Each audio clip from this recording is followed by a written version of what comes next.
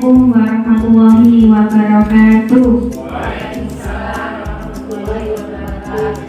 Selamat pagi Bapak Ibu guru hebat, salam sejahtera dan tetap semangat. Yang terhormat Bapak Kepala UPTD Satuan Pendidikan SDN Suci 3 Bapak Imam Sugianto SPD, yang saya hormati Ibu Rina dan Bapak Rosid selaku peserta JGB Angkatan 9, Bapak Ibu guru hebat yang saya banggakan. Pertama, marilah kita senantiasa memanjatkan puji syukur kehadirat Allah Subhanahu wa Ta'ala yang telah melimpahkan rahmat-Nya kepada kita sekalian, sehingga kita diberikan nikmat sehat, nikmat sempat untuk menghadiri acara diseminasi budaya positif dalam keadaan sehat walafiat. Shalawat serta salam semoga senantiasa tercurahkan kepada junjungan kita Nabi besar Muhammad Sallallahu Alaihi Wasallam. Semoga kita tergolong umat yang mendapat syafaatnya di yaumul qiyamah nanti. Amin Allahumma amin. Bapak Ibu yang kami hormati, perkenankan saya membacakan susunan acara kita pada pagi hari ini. Yang pertama, pembukaan. Kedua, menyanyikan lagu Indonesia Raya dan Mars Jember. Ketiga, sambutan kepala sekolah. Keempat, pemaparan materi oleh Ibu Rina Herlin dari SPD dan Bapak Abdul Rosid SPDI. Acara yang kelima, sesi diskusi atau tanya jawab.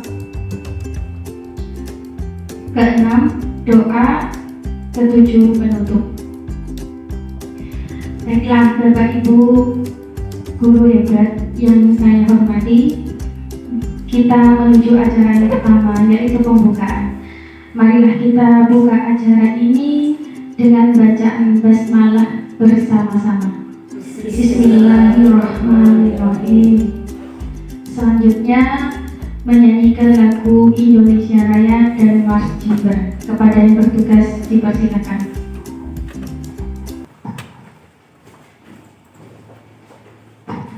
Hadirin dimohon berdiri.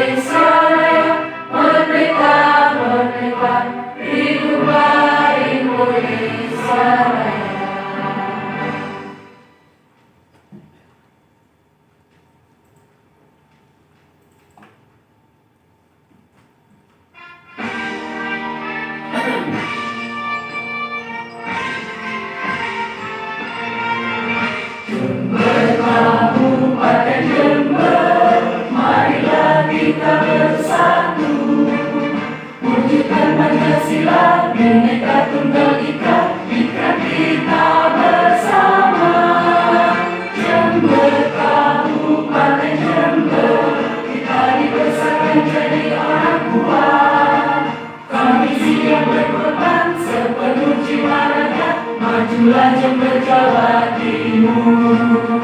Mari bangkitkan semangat, jadikan Jember jujur bermartabat, makmur dan sejahtera, daerah Kabupaten Jember.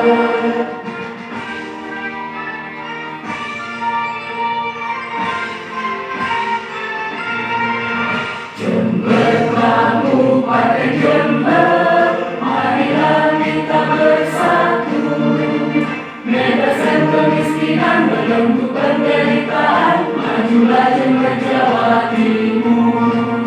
Mari bangkitkan semangat, jadikan Jember jujur bermartabat, makmur dan sejahtera, daerah Kabupaten Jember. Bangkitkan semangat, jadikan Jember jujur bermartabat, makmur dan sejahtera, daerah Kabupaten Jember, semangat Kabupaten Jember, semangat Kabupaten Jember.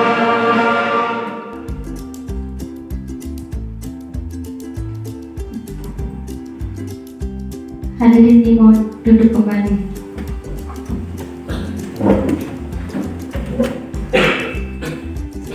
Selanjutnya, sambutan dari Kepala Sekolah kepada Bapak Imam Sugianto SPD, kami persilakan. Baik, bismillahirrahmanirrahim. Assalamualaikum warahmatullahi wabarakatuh. Waalaikumsalam warahmatullahi wabarakatuh. Yang saya hormati Bapak dan Ibu Cekah dari terjaringnya GGB Angkatan 9, Bu Ina dan Bapak Abdul Rasid, dan Bapak dan Ibu yang saya cintai. Pertama-tama kami panjatkan rasa mulia dan puji syukur kehadiran Allah Subhanahu wa Ta'ala yang mana telah melimpahkan taufik serta hidayahnya pada kita sekalian sehingga dapat berkumpul pada pagi hari ini di SDN atau Sakit SDN Judika dalam rangka adalah diseminasi budaya positif GGB Angkatan 9. Dan selawat serta salam kami haturkan pada junjungan kita Nabi besar Muhammad Sallallahu Alaihi Wasallam. Bapak dan Ibu, utamanya yang terjaring adanya GGB Angkatan 9 dan berdua di Kecamatan Pati, Belakang Tiga seperti Moni dan Tempat yang Sumati. Mudah-mudahan Bapak dan Ibu banyak bisa terjadi juga. Jadi yang SK Bupati akan menjadikan kita dan juga sudah seperti Bapak dan Ibu JPR dan pengaksian sebelum SK Bupati mudah-mudahan dapat SK Bupati. Dalam acara ini hari Rabu tanggal 25 itu PTNI wajib memakai. Jadi betul-betul guru sekarang ada program baru angkatan GGB ini masih angkatan 9, kok sekarang ini sudah tutup GGB itu tutup. Jadi di situ jadi kegiatan ini yang berdua antara Pak Rasid sama Bu Gina ini sudah 2 bulan kurang ya, 2 bulan lebih 2 bulan lebih ini sudah jung terus, sudah Bukit sama Bu Rini ya.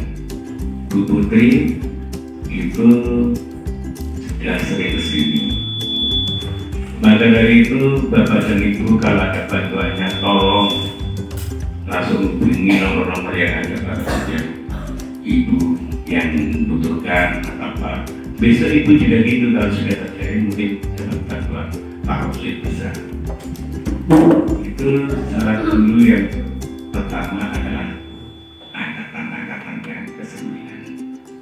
Mudah-mudahan yang belum menjadikan mengikuti program-program baru itu syarat. Itu aja, tapi Bapak dan Ibu tetap semangat. Gitu ya. Diseminasi budaya positif sudah. Jadi paket keberapa ini Pak saja? Antara pembelajarannya itu mungkin banyak bab gitu ya. Jadi di situ ya. Ya, 1 titik berapa, 1 itu 2 titik berapa, ya seperti buku yang lama. Kalau buku yang lama sama dengan PIU, TIK, tujuan internasional umum, tujuan internasional khusus, 1 titik ini, anak dapat ini, dan itu. Jadi langsung KBM ini langsung saya serahkan pada proses sama beli nama dari nanti. Saya hanya membuka apa gimana Pak? Iya, mari Bapak dan Ibu kita buka acara pada pagi hari ini karena Ibu dari bawah jalannya katanya sulit gitu ya. Batu-batunya sudah hidup. Kalau malam tidur batunya Ibu ya. Jadi lebih baik jalan malam aja. Pak Imam malam jam 1 sudah tidur semua, jadi senang lewat sini. Ya. Jadi gitu, mari kita buka acara diseminasi budaya positif di Sadik SDN Suci 3 Perkebunan Sentul Suci Pati, kita buka. Baik, Assalamualaikum warahmatullahi wabarakatuh. Waalaikumsalam warahmatullahi wabarakatuh. Terima kasih kami sampaikan kepada Bapak Imam Sugianto atas sambutannya. Selanjutnya kita ke acara inti, yaitu pemaparan materi oleh Ibu Rina Herlindari dan Bapak Abdul Rosid. Untuk pemaparan materi pertama akan disampaikan oleh Ibu Rina Herlindari. Kepada beliau kami persilakan. Baik, Assalamualaikum warahmatullahi wabarakatuh. Waalaikumsalam warahmatullahi wabarakatuh. Yang terhormat Bapak Kepala SDN Suci 03, Bapak Imam Sugianto SPD, dan Bapak Ibu Dewan Guru SDN Suci 3 yang selalu saya banggakan. Izinkan pada kesempatan ini saya akan memaparkan diseminasi penerapan budaya positif khususnya di lembaga kita tercinta di SDN Suci 03 bersama saya Rina Herlindari, calon guru penggerak angkatan 9 dari Kabupaten Jember.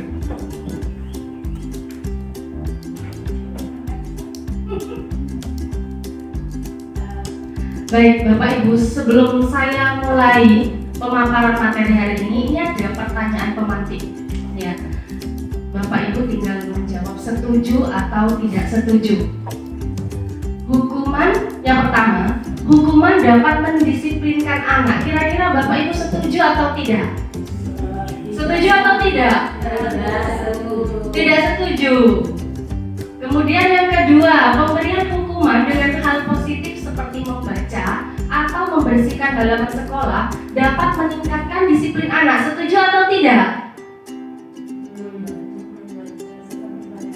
Pemberian hukuman dengan hal yang positif, misalnya kita sebagai guru memberikan hukuman tapi dengan hal yang positif, maksudnya bukan seperti hukuman yang berupa fisik, pukulan gitu ya, tapi dengan cara membersihkan halaman sekolah atau dengan membaca begitu. Setuju atau tidak? Tidak setuju.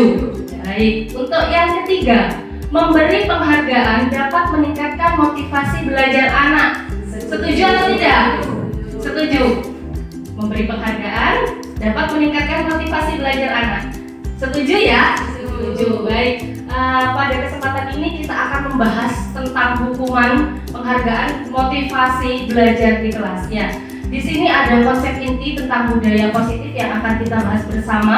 Ada 7 poin. Yang pertama tentang perubahan paradigma belajar. Yang kedua, disiplin positif dan nilai-nilai kebajikan. Kemudian yang ketiga, motivasi perilaku manusia. Yang keempat, tentang kebutuhan dasar manusia. Yang kelima, posisi kontrol restitusi. Yang keenam, keyakinan kelas. Dan yang terakhir adalah segitiga restitusi. Sebelum kita mulai, coba ini kenapa sunyi-sunyi sekali? Kurang bersemangat ya Bapak Ibu? Kalau saya bilang SDN Suci 3, jawabnya Luar biasa keren. Oke, saya mulai. SDN Suci 3 luar biasa keren. Harus keren ya. Nah, baik, pada poin yang pertama tentang paradigma belajar. Apa Bapak Ibu tahu apa itu paradigma? Tidak tahu. Paradigma itu adalah sudut pandang kita tentang proses pembelajaran di kelas. Nah, di sini ada paradigma lama dan ada paradigma baru. Apa bedanya antara paradigma lama dan paradigma baru? Kalau di paradigma lama, guru ini adalah sebagai sumber pengetahuan utama. Jadi segala yang ada pembelajaran di kelas itu guru yang menjadi pusatnya, gitu. Kemudian kalau di paradigma baru, guru ini hanya berperan sebagai fasilitator. Guru hanya memfasilitasi kebutuhan belajar anak. Kemudian di paradigma lama, pembelajaran lebih pasif dan siswa mendengarkan, dan mencatat materi. Ini jawaban kita waktu masih sekolah dulu ya. Jadi dulu saat kita sekolah itu murid mendengarkan guru berceramah, kemudian kita mencatat, menuliskan materi-materi yang disampaikan oleh guru. Nah, sekarang di paradigma baru, pembelajaran ini lebih aktif. Jadi pembelajarannya lebih melibatkan siswa dalam diskusi, proyek dan kolaborasi. Jadi lebih banyak penugasan-penugasan kepada siswa di mana siswa itu ikut terlibat aktif di dalamnya. Kemudian untuk paradigma lama, metode pembelajaran ini masih terpusat pada guru. Jadi pengendali utama di kelas itu adalah guru, ya. Jadi siswa itu hanya mengikuti apa yang menjadi keinginan dan target guru. Sedangkan di paradigma baru, metode pengajaran ini terpusat pada siswa. Jadi semua kebutuhan siswa itu haruslah difasilitasi oleh seorang guru.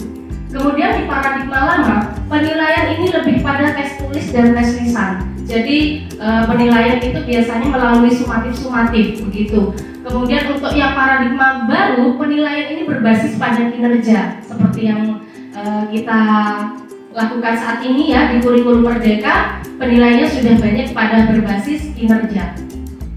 Jadi kesimpulan dari paradigma baru, pembelajaran dengan paradigma baru ini yaitu pembelajaran dengan paradigma baru merupakan pembelajaran yang dirancang berdasarkan prinsip pembelajaran berdiferensiasi. Artinya peserta didik belajar sesuai dengan kebutuhan berdasarkan tahap perkembangannya.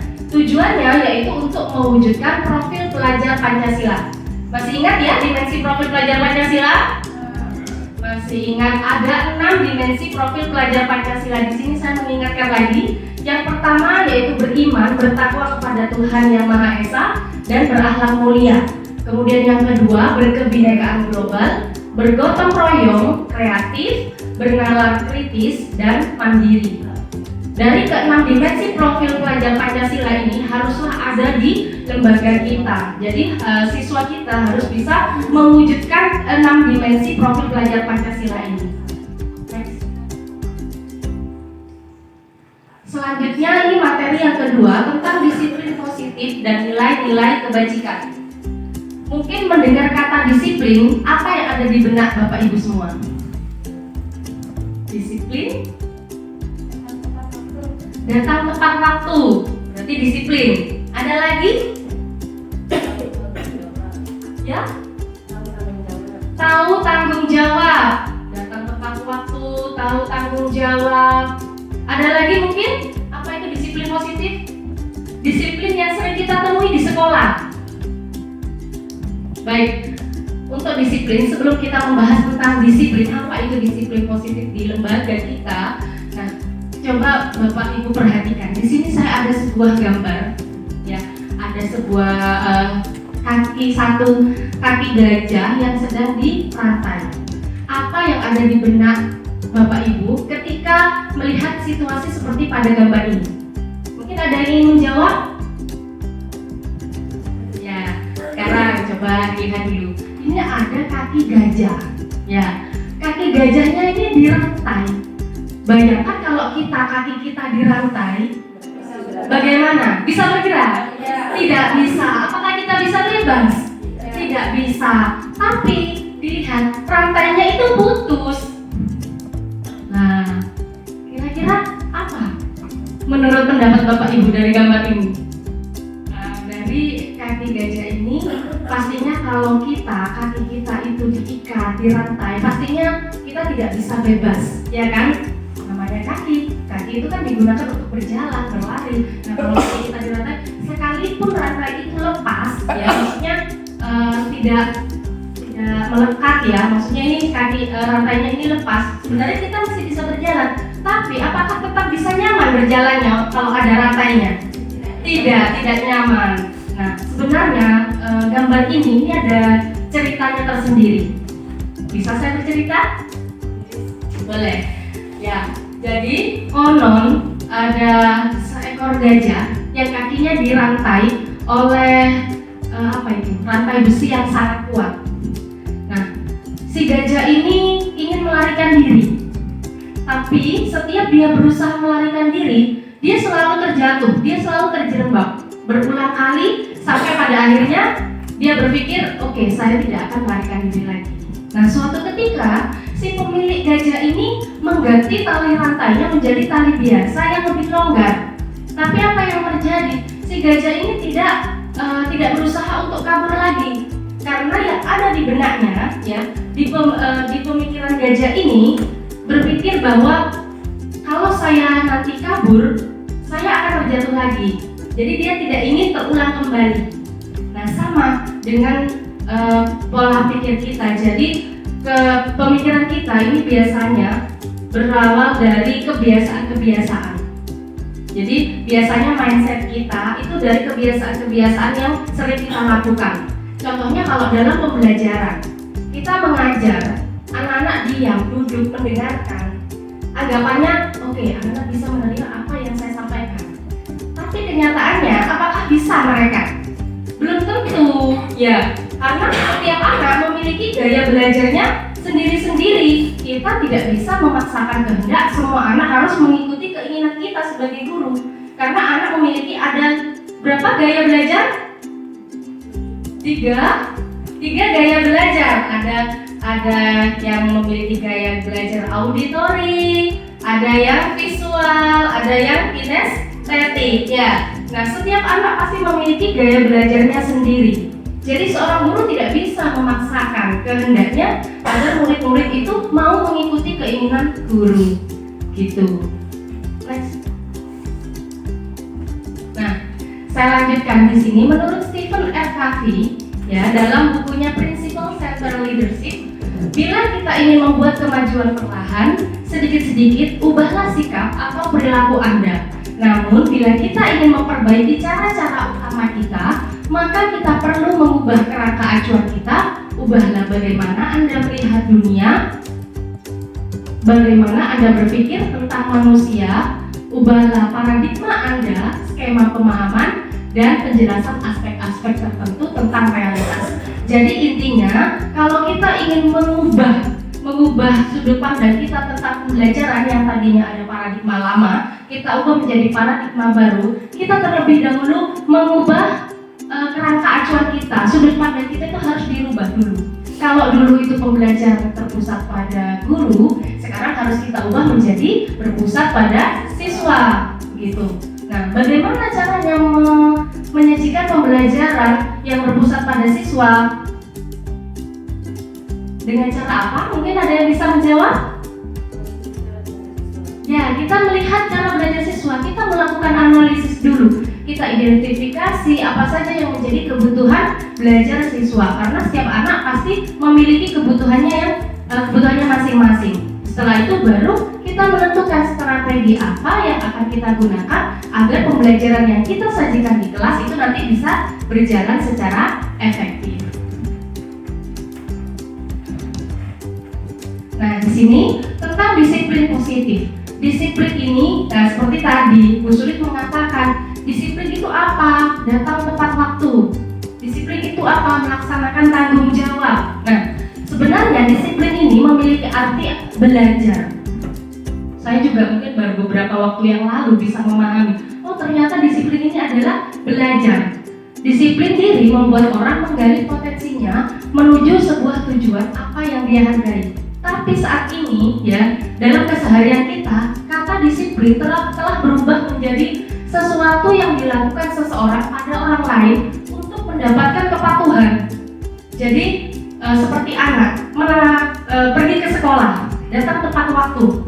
Hanya untuk apa? Agar mereka menghindari hukuman. Karena untuk kepatuhannya ke sekolah, datang lebih awal.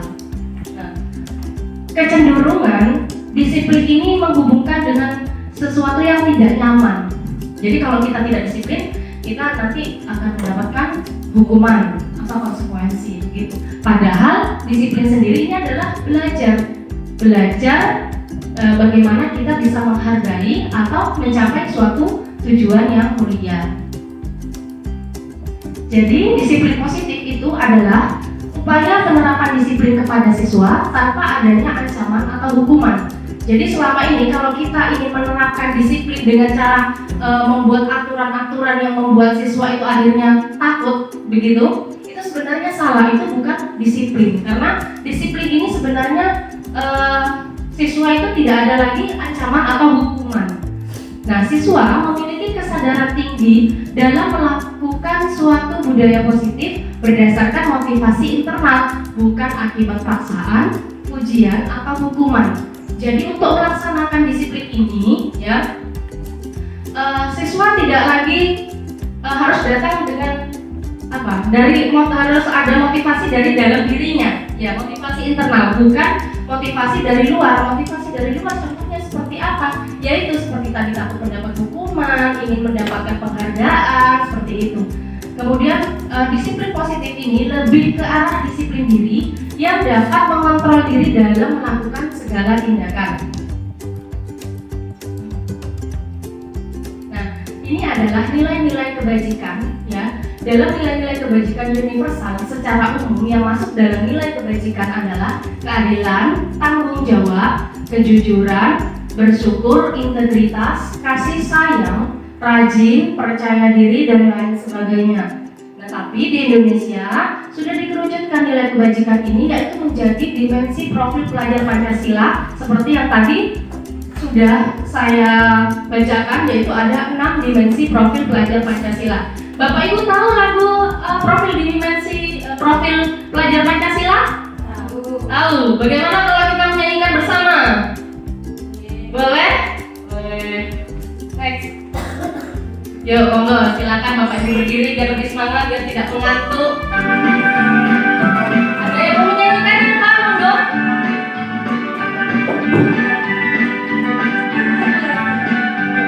Belajar Pancasila, beriman dan bertakwa pada Tuhan Yang Esa dan berakhlak mulia, berkebudayaan global, gotong royong mandiri, kreatif dan bernalar kritis. Belajar Pancasila, beriman dan bertakwa pada Tuhan Yang Esa dan berakhlak mulia, berkebudayaan global, gotong royong mandiri, kreatif dan bernalar kritis. Kelas 4 kemudian maju ke depan memberikan gerakannya, yuk biar semangat. Ayo.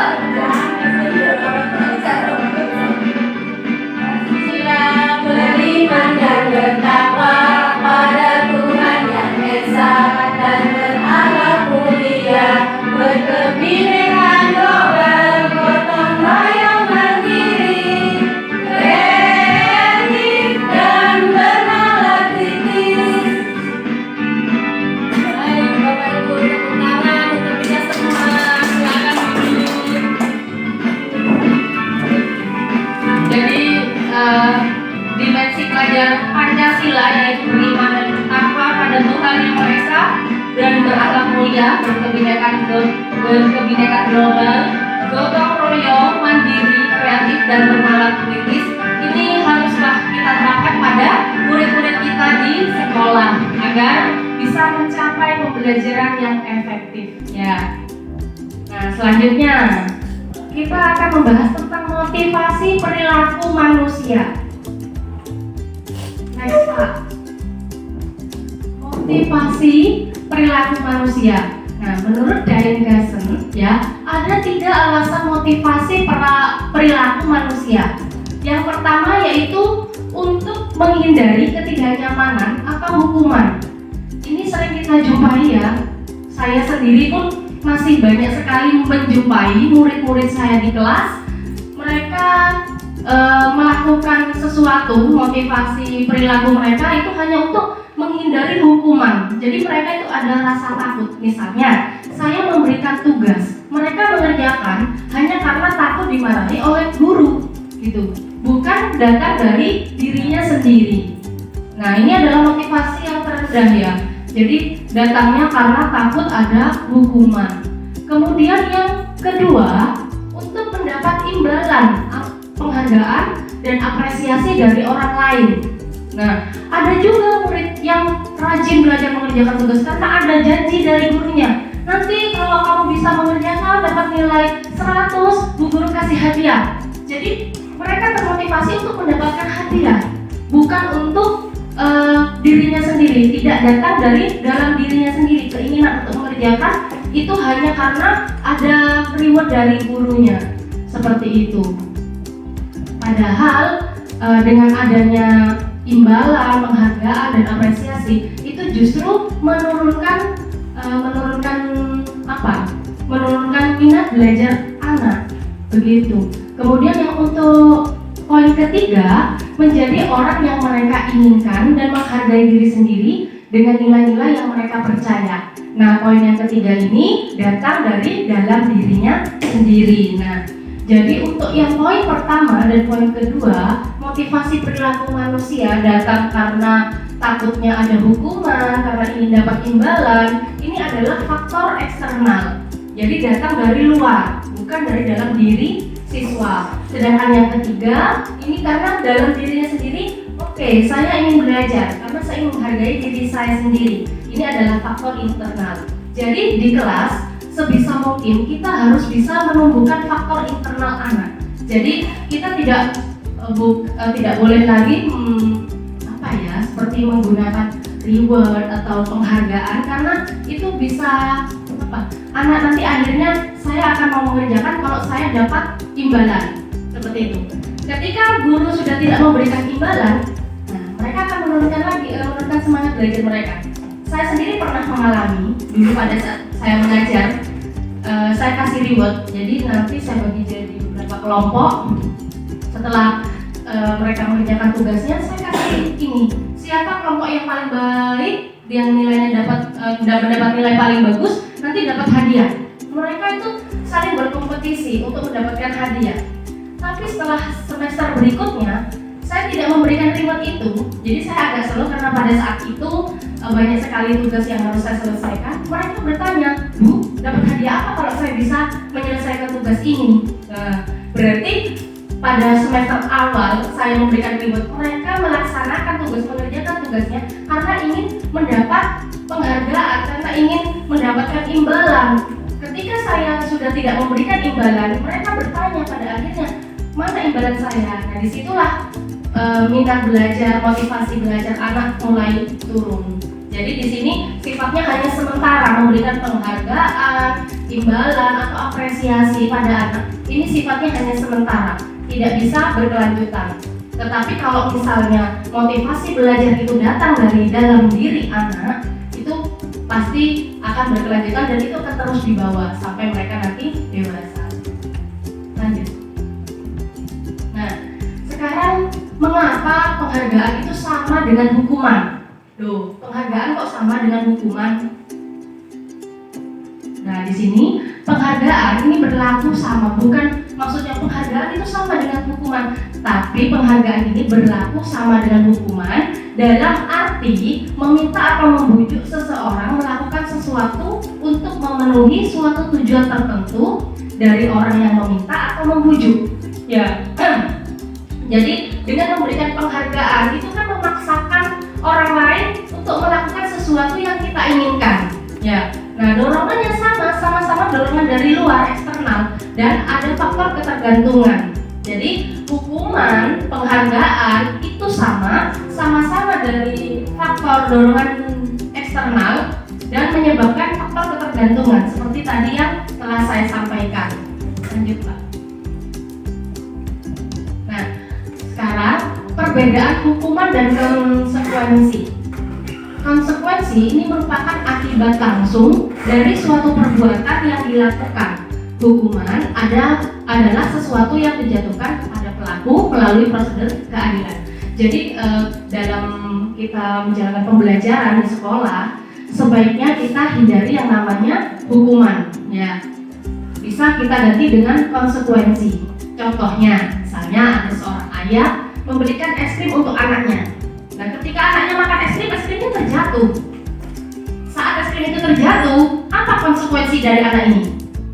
Dia harus membersihkan. Itu konsekuensinya karena dia sudah menjatuhkan. Hukumannya apa?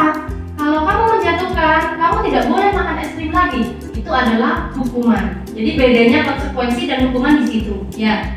Jadi kalau konsekuensi itu akibat langsung dari perbuatannya.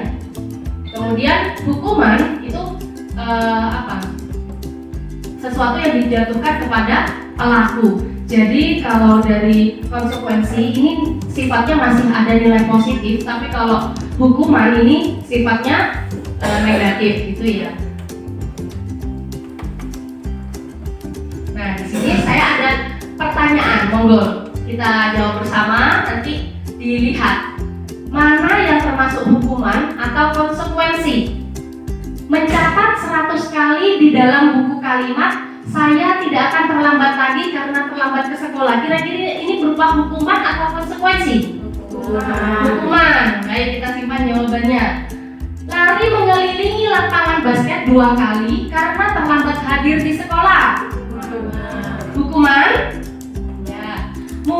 Murid diminta untuk push up 15 kali karena tidak menggunakan masker ke sekolah. Hukuman atau konsekuensi? Hukuman. Menggantikan kertas tugas teman yang telah dicoret-coret. Konsekuensi. Membersihkan tumpahan air di meja tulis karena tersenggol pada saat belajar. Konsekuensi.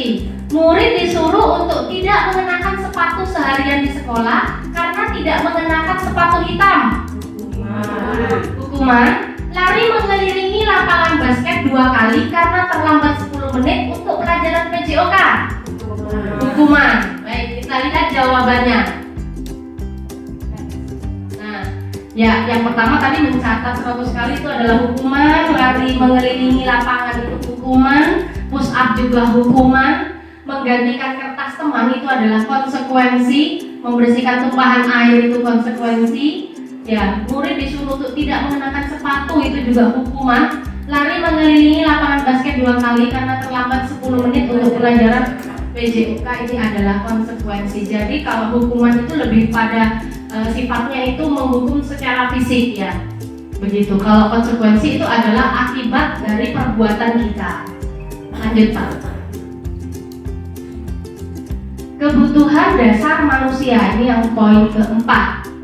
Nah, kebutuhan dasar manusia adalah segala sesuatu yang kita lakukan untuk mendapatkan apa yang kita inginkan. Seluruh tindakan yang kita lakukan ini memiliki tujuan tertentu dan semua usaha terbaik yang kita lakukan adalah dalam rangka agar kebutuhan dasar kita terpenuhi dengan baik.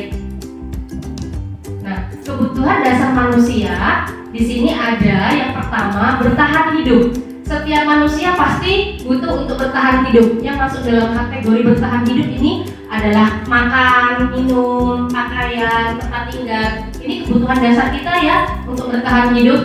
Kemudian yang kedua, kebutuhan dasar kasih sayang dan rasa diterima. Setiap manusia pasti ingin mendapatkan kasih sayang, baik itu di keluarga ataupun di mana saja ya.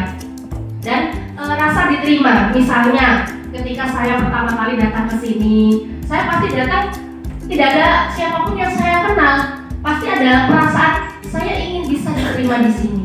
Bagaimana apa cara yang dapat saya lakukan agar saya bisa diterima di sini? Dan itu datang secara naluri, semua orang pasti akan seperti itu. Kemudian penguasaan. Nah, setelah kita melakukan suatu kegiatan, kita juga pasti ingin mendapatkan pengakuan atas kemampuan yang kita miliki. Kemudian ada kebebasan, pastilah semua orang ini ingin mandiri, memiliki pilihan, dapat menentukan pilihannya sendiri. Ada orang yang ingin diatur?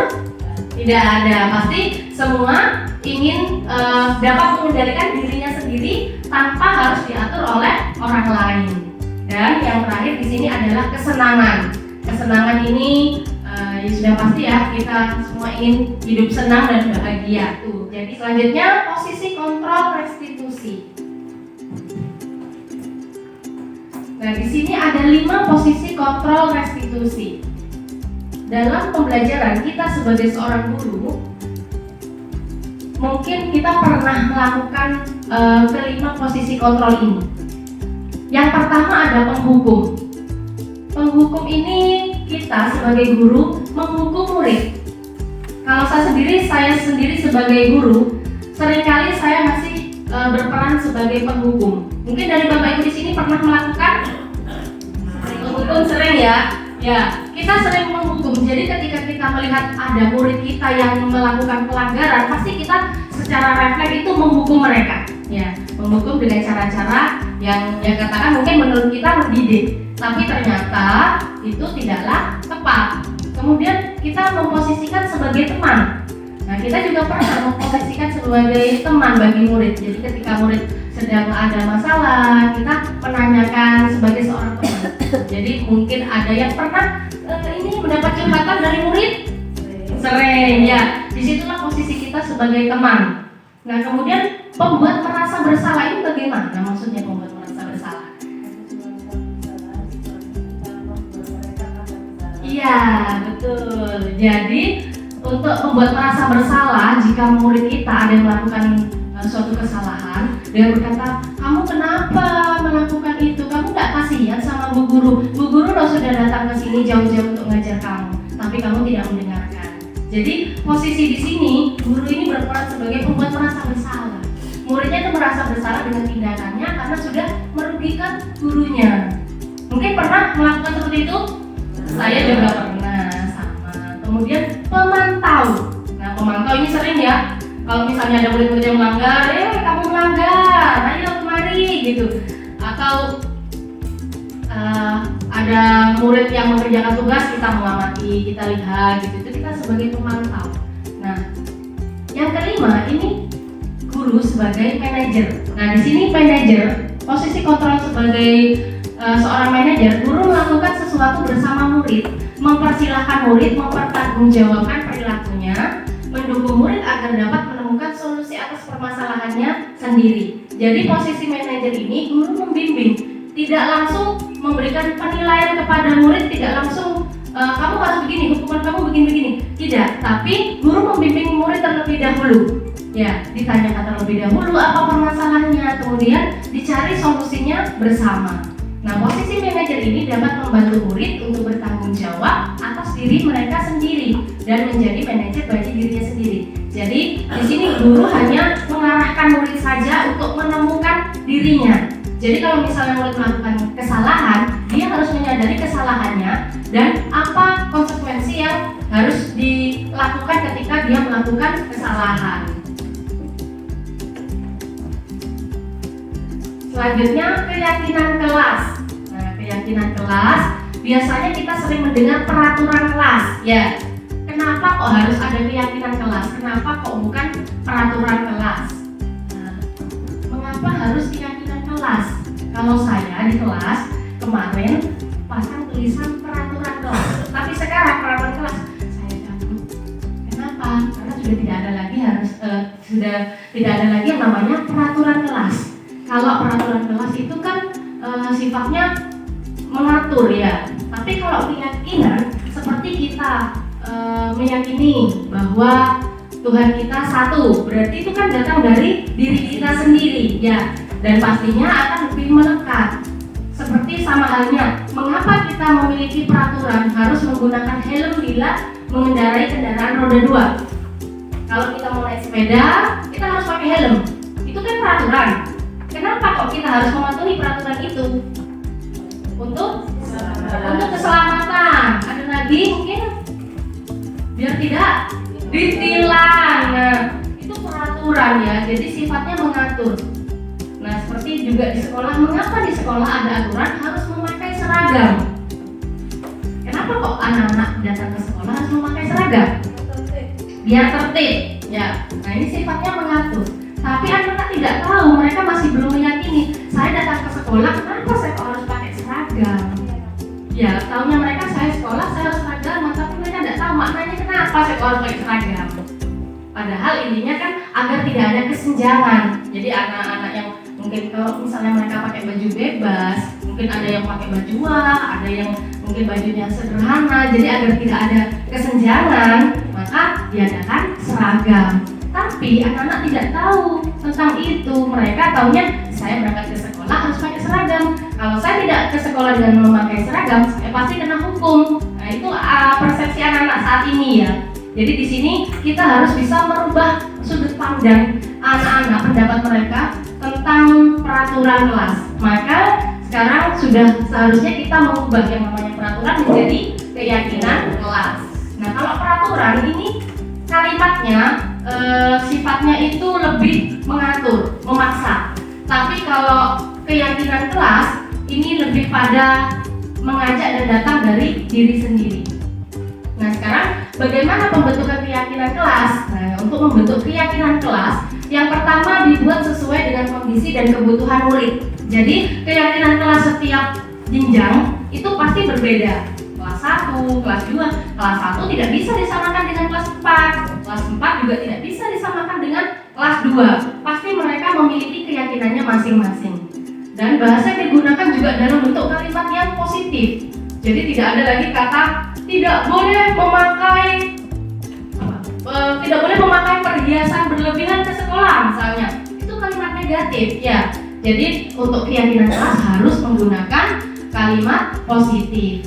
Kemudian menggunakan kata-kata yang singkat, jelas, dan mudah diingat. Kalau terlalu panjang, jangankan muridnya, gurunya pun juga sering lupa. Sama seperti saya yang suka lupa. Nah yang berikutnya, semua warga kelas harus ikut terlibat dalam penyusunan keyakinan kelas. Jadi keyakinan kelas tidak bisa hanya disusun oleh guru, harus diajak diskusi murid-muridnya di kelas. Muridnya pun juga tidak hanya 1-2 anak, tapi seluruh warga yang ada di kelas itu mengikuti dalam menyusun keyakinan kelas. Selanjutnya, ini adalah contoh keyakinan kelas. Ya, kalau peraturan selalu kembalikan buku ke tempatnya. Biasanya kalau di perpustakaan kan ada tulisan kembalikan buku ke tempatnya. Ya, itu peraturan. Nah, kalau keyakinan kelas itu, ayo tanggung jawab. Tanggung jawab. Kalau sudah pinjam buku, dikembalikan ke tempatnya. Kemudian dilarang mengganggu orang lain. Ini kalimatnya negatif ya, dilarang. Padahal kalau kita ubah menjadi keyakinan kelas, diganti dengan kalimat positif, menghormati orang lain atau hormatilah orang lain. Hadir di sekolah 15 menit sebelum pembelajaran dimulai. Keyakinan kelasnya menghormati orang lain dan berkomitmen. Maksudnya komitmen itu datang tepat waktu. Kemudian dilarang melakukan kekerasan. Nah, kalau dilarang ini kan kalimat negatif ya Bapak Ibu. Jadi kalimatnya untuk keyakinan kelas diganti keselamatan dan menghormati orang lain. Dilarang menggunakan narkoba. Nah, sebenarnya untuk kesehatannya. Bergantian atau menunggu giliran, menghormati orang lain, bersabar untuk keyakinan kelasnya. Peraturan gunakan masker, sebenarnya untuk keyakinan kelas, kesehatan dan keselamatan. Kemudian ada jangan berlari di kelas atau koridor. Jangan, ini kalimatnya negatif sekali ya. Nah, keyakinan kelasnya ini untuk keselamatan dan keamanan. Selanjutnya ini ada segitiga restitusi. Nah, segitiga restitusi ini adalah poin yang terakhir yang akan saya bahas. Di sini segitiga restitusi itu adalah suatu proses dialog yang dijalankan guru atau orang tua agar dapat menghasilkan murid yang mandiri dan bertanggung jawab. Segitiga restitusi ini ada 3 komponen. Yang pertama, ya tahapan yang pertama menstabilkan identitas. Menstabilkan identitas yaitu membuat kesalahan adalah bagian dari proses pembelajaran. Kemudian yang kedua, validasi tindakan yang salah. yaitu semua perilaku itu pasti memiliki alasan. Jadi misalnya murid kita melakukan suatu pelanggaran, pasti dia memiliki alasan. Jadi kita harus memvalidasi dulu tindakan mereka. Kemudian yang ketiga, menanyakan keyakinan. Nah, di sini murid akan diberi pertanyaan-pertanyaan bermakna untuk memunculkan motivasi secara intrinsik. Di sini saya ada satu contoh kasus yang saya buat skenarionya. Nanti akan saya minta Bapak Ibu mungkin bisa mencontohkan ke depan untuk kasus yang kedua. Kasus yang pertama, Karin seorang siswi kelas 5 mengingatkan teman sekelasnya Bambang untuk tidak menyobek buku tulis dan dibuat mainan. Bambang tidak mempedulikan sehingga Karin marah dan tidak dapat mengendalikan emosi. Dia akhirnya mencubit Bambang. Berikut ini adalah skenarionya. Karin, kamu tahu kenapa kemarin? Iya, Bu. Nah, di sini tugas kita menstabilkan identitas.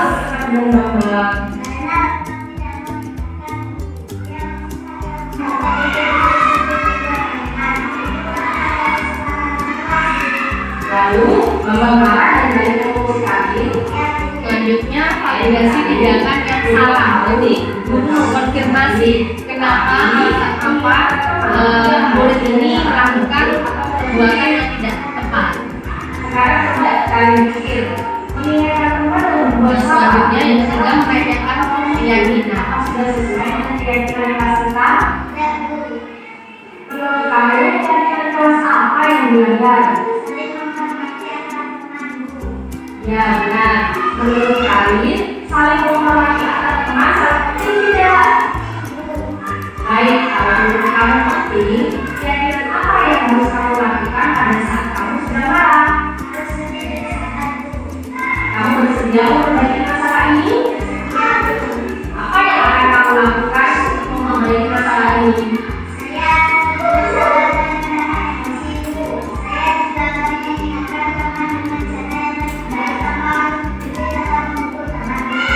Ya, benar sekali tindakanmu tadi. Tetap semangat belajarnya ya. Sekarang ada bisa kembali ke kelas. Assalamualaikum warahmatullahi wabarakatuh. Perkenalkan, nama saya Karina Nora dari kelas 5. Saya senang sekali diajak diskusi bersama Bu Guru agar saya dapat mengendalikan emosi. Saya harus banyak belajar bersabar dan saling menghormati antar teman di sekolah. Assalamualaikum warahmatullahi wabarakatuh. Baik, dari contoh yang barusan saya putar, apakah Bapak Ibu sudah mulai memahami apa itu segitiga restitusi? Mungkin ada yang mau mencontohkan untuk kasus kedua, monggo. Yang maju, apa saya tunjuk saja. Ayo, yang kasus kedua. Pak Agung, monggo Pak Agung. Pak Agung, di sini saya mempunyai kasus guru dan seorang murid yang bernama Afan. Pak Agung yang bertindak sebagai Afan ya. Baca teks. Oke. Yang mau menjadi gurunya siapa? Umi. Atau Bu Ita, Bu Ina?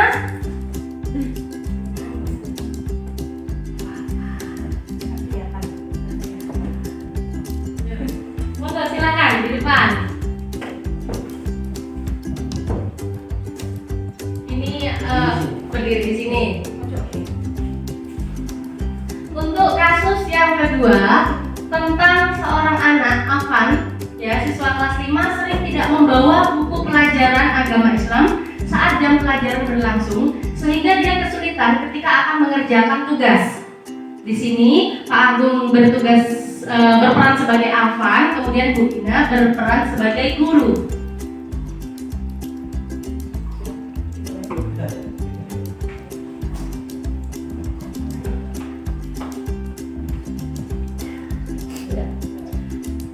Afan, Bu Guru tadi mendapat laporan dari Pak Rashid bahwa kamu sering tidak membawa buku pelajaran agama Islam. Iya Bu. Iya Bu. Tadi saat jam pelajaran agama Islam saya lupa membawa buku tulis dan buku paketnya Bu. Bu Guru juga mendengar bahwa kejadian ini tidak hanya sekali atau 2 kali saja, tapi beberapa kali kamu lakukan. Iya Bu, Mengapa kamu sering tidak membawa buku pelajaran? semalam saya asik bermain HP sampai larut malam Bu. Saya lupa menyiapkan buku untuk pelajaran besoknya. Kamu tahu keyakinan kelas yang sudah disepakati?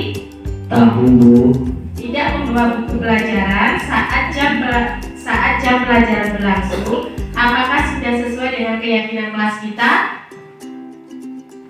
tidak Bu. Baik Afan, setiap orang pasti pernah berbuat kesalahan. Yang terpenting kita bisa belajar dari kesalahan tersebut dan berusaha untuk memperbaikinya. Kira-kira menurut Afan, keyakinan kelas apa yang sudah dilanggar? Saya tidak bertanggung jawab terhadap kewajiban saya sebagai murid Bu. Ya, betul sekali. Menurut Afan, siapa yang paling dirugikan kalau Afan tidak membawa buku? Saya sendiri Bu. Baik, kalau begitu menurut Afan, keyakinan apa yang harus kamu lakukan ketika kamu lupa membawa buku? Saya akan lebih bertanggung jawab Bu. Apa yang akan kamu lakukan untuk memperbaiki masalah ini? Saya tidak akan bermain HP sampai larut malam lagi Bu. Saya juga akan menyiapkan buku pelajaran pada malam hari sehingga besoknya tidak lupa membawa buku pelajaran. Ya, tepat sekali tindakan kamu. Bu Guru berharap kejadian ini tidak terulang kembali. Selalu rajin belajar ya. Baik Bu. Sekarang Afan bisa kembali ke kelas. Baik Bu. Ya, beri tepuk tangan untuk Pak. Baik, terima kasih. Nah, dari yang barusan sudah dipraktekkan sudah semakin jelas bagaimana kita untuk mengendalikan anak dengan menggunakan segitiga restitusi. Jadi yang pertama kita harus terlebih dahulu menstabilkan identitas. Jadi kita harus menanyakan terlebih dahulu bagaimana permasalahannya ya.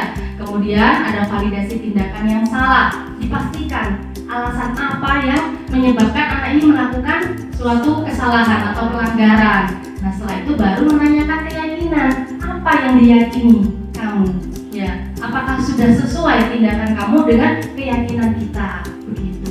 Nah, setelah diarahkan ke sana, nanti pasti murid-murid ini akan berpikir, oh iya, saya sudah melakukan pelajaran ini dan saya bertekad untuk tidak mengulanginya kembali.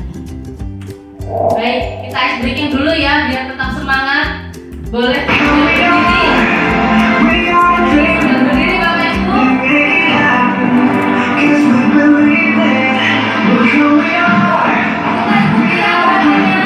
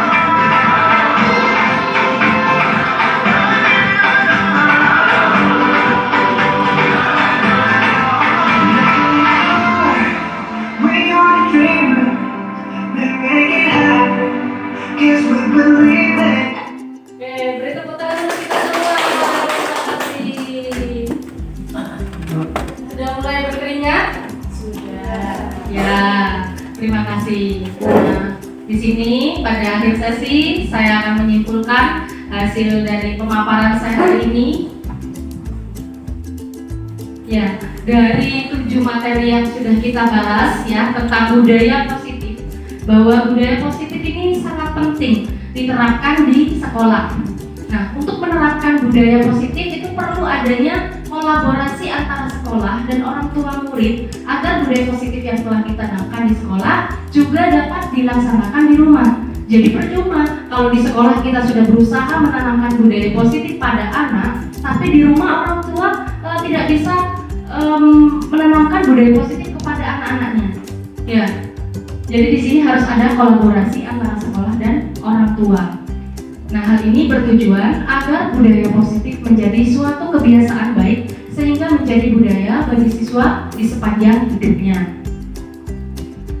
Kiranya sekian dari saya, pemaparan dari saya. Kurang lebihnya mohon maaf. Akan saya kembalikan kepada moderator. Wassalamualaikum warahmatullahi wabarakatuh. Waalaikumsalam warahmatullahi wabarakatuh. Demikianlah pemaparan materi budaya positif oleh Ibu Rina Sendiri. Nah, selanjutnya Bapak Ibu adalah sesi diskusi, bisa tanya jawab, bisa berupa tanggapan atau saran. Monggo saya aturi, mungkin ada yang akan memberikan pertanyaan atau tanggapan. Monggo Bapak Ibu.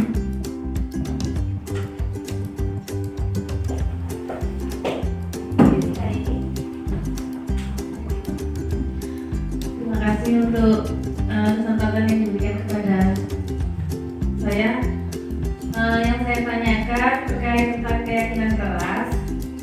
Kadang ada beberapa anak itu yang satu kali aja udah cukup melakukan kesalahan dan tidak diulang lagi.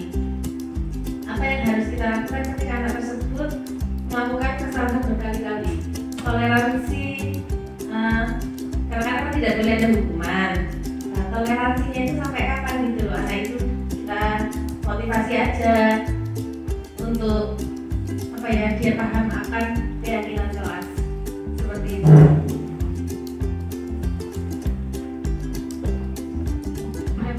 Terima kasih atas pertanyaannya dari Bu Levi. Sampai mana batas toleransi itu? Sampai mana batas toleransi? Sebetulnya ini, memang ketika kita sebagai seorang guru, kalau masih kita mungkin ini kaitannya dengan konsep sabar, konsep sabar mungkin ya. Kalau sabar itu ada batasnya, ya kalau sabar itu ada batasnya, berarti tidak sabar. Jadi sama dengan untuk mengatasi persoalan tadi, ketika murid itu melakukan pelanggaran yang diulang-ulang oleh si murid itu, sampai mana batas toleransinya? Nah, kita sebagai seorang guru, langkah awal yang perlu kita lakukan adalah mendiagnosa dulu. Mendiagnosa apa sih sebetulnya yang mendasari anak didik kita ini melakukan itu. Misalkan begini, si A di pelajaran PAI misalkan, setiap kali dia pelajaran PAI tidur misalkan di pojok hari pertama. Di minggu kedua misalkan ditegur, si anak tadi tidur lagi. Kemudian di minggu ketiga di bulan yang sama masih tidur lagi di pelajaran pendidikan agama Islam. Misalkan seperti itu. Nah, kita sebagai seorang guru, kita harus bisa mendiagnosanya, kita harus menanyakan ke anak didik kita ini, kenapa sih kamu ini kok setiap pelajaran agama selalu tidur misalkan, ini tidak hanya 1-2 kali, tapi berulang kali. Apa sebetulnya? Nah, ini adalah proses untuk menemukan anak didik kita, apa sebetulnya permasalahan yang ia hadapi. Kan mungkin saja anak didik kita ini selalu tidur ketika pelajaran, mungkin saja di rumahnya mungkin dia juga begadang misalkan dia menjadi apa ya, bisa membantu orang tuanya mungkin sampai larut malam mungkin, atau bahkan belajarnya terlalu malam misalkan, atau bahkan kalau di sini, kalau di lingkungan di sini mungkin sholawatan terlalu malam misalkan, dibuat kali, atau mungkin seperti itu. Nah, ketika kita sudah mengetahui persoalan yang dimiliki oleh si anak tadi, baru kita memberikan motivasi secara terus-menerus dengan sabar.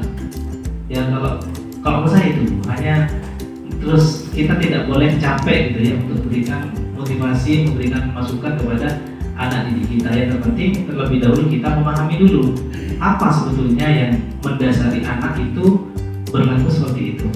Kalau kemudian kita langsung menghukumnya, kalau disetrap langsung ya dijemur misalkan, tanpa kita menanyakan apa sebetulnya yang mendasari itu, ya malah membuat anak itu terus mengulangi perbuatan itu.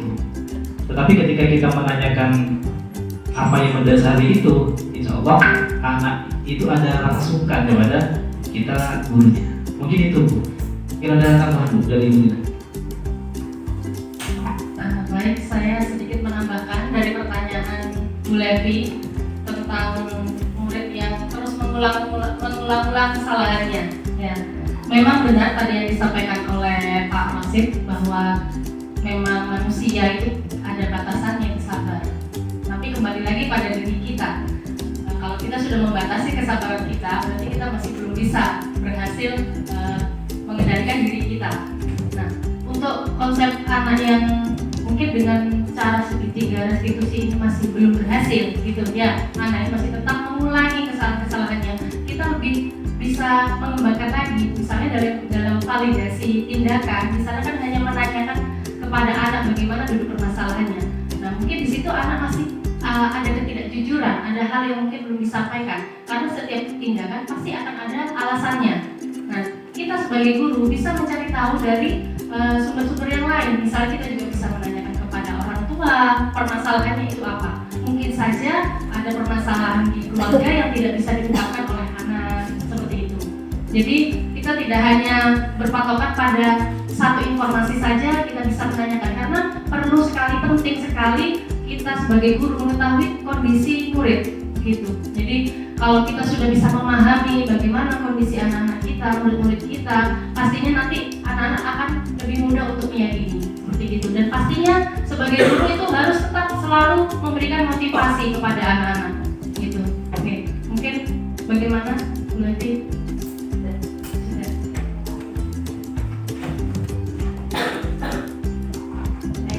Untuk pertanyaan Jadi sudah dijawab oleh kedua pemateri ini. Nah, untuk saya pribadi saya ingin memberikan tanggapan. Ini dari saya pribadi yang saya alami di kelas. Nah, untuk tahun ajaran ini saya mendapat murid yang subhanallah aktif semua, tetapi kalau diajak belajar dengan kondisi suasana yang resmi, yang ada formal, mereka ngeblank, tidak mau tahu, sudah entah guru ngomong apa gitu kan, mereka tidak mau tahu. Yang jelas mereka ribut sendiri. Nah, suatu ketika saya berpikir anak-anak ini hobinya bermain. Kebanyakan 80% dari siswa kelas 4 yang sekarang ini sukanya bermain. Belajar pun sesuka mereka, mau di bawah, mau di atas, pokoknya mereka semau bolehlah belajarnya di mana. Akhirnya saya berinisiatif, saya turuti mereka, ayo hari ini belajarnya di lantai apa di bangku, di lantai Bu Guru. Nah, akhirnya saya ikut ngelesot juga, bermain bersama mereka. Untungnya di kelas saya sediakan beberapa butir biji karet sisanya tahun kemarin. Biji itu saya buat media belajarnya mereka. Nah, dari pemaparan materi hari ini, disitulah saya menemukan titik temunya, bahwasanya anak-anak akan lebih leluasa, lebih menghargai kita, apa yang kita ucapkan jika kita mengikuti arahnya mereka, tetapi kita tetap kontrol cara mereka belajar. Seperti itu dari saya.